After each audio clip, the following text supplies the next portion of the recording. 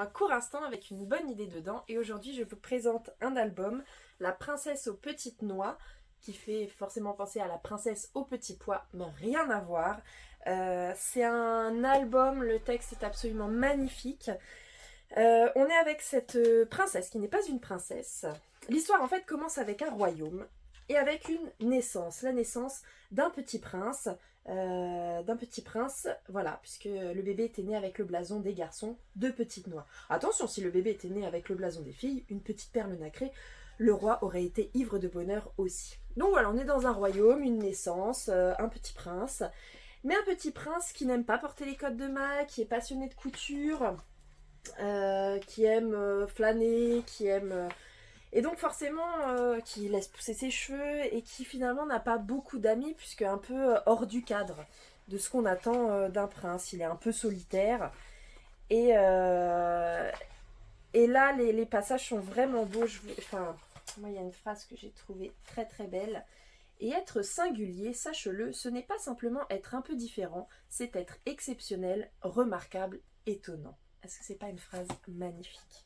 Et alors forcément, les parents sont un peu déboussolés, enfin surtout la mère. Mon adoré, qu'avons-nous fait de travers pour que notre enfant soit tellement... Enfin, vous savez, le roi qui voyait en Otto, donc notre prince, autant de qualités qu'il existe d'étoiles dans le ciel, jouait les benets. Tellement gentil, tellement doux et délicat, en bonne santé, généreux, serviable et prévenant, tellement doué de ses 10 doigts, tellement intelligent. Mamie, je ne sais pas ce que nous avons fait de travers, mais je souhaite à tous les parents un enfant similaire. Donc voilà, moi j'ai trouvé les textes absolument fabuleux. L'histoire continue avec un royaume qui entre en guerre avec notre royaume principal.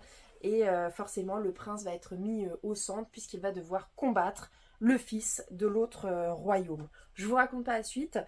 Voilà, on est sur une histoire un peu classique de royaume, de bataille, mais c'est surtout une question une histoire sur l'identité avec des textes vraiment beaux. Enfin voilà, sur le peu que j'ai pu vous lire, moi, c'est deux passages que j'ai adorés. Voilà, c'est vraiment un très très gros coup de cœur. D'ailleurs, vous pouvez même retrouver une phrase en vitrine puisqu'on l'a écrit sur nos panneaux parce qu'avec Aurélie, on a trouvé ça tellement beau. Voilà, un gros gros coup de cœur, une très belle histoire. Je me répète, mais parce que vraiment, c'est une très belle histoire. Allez, à très vite!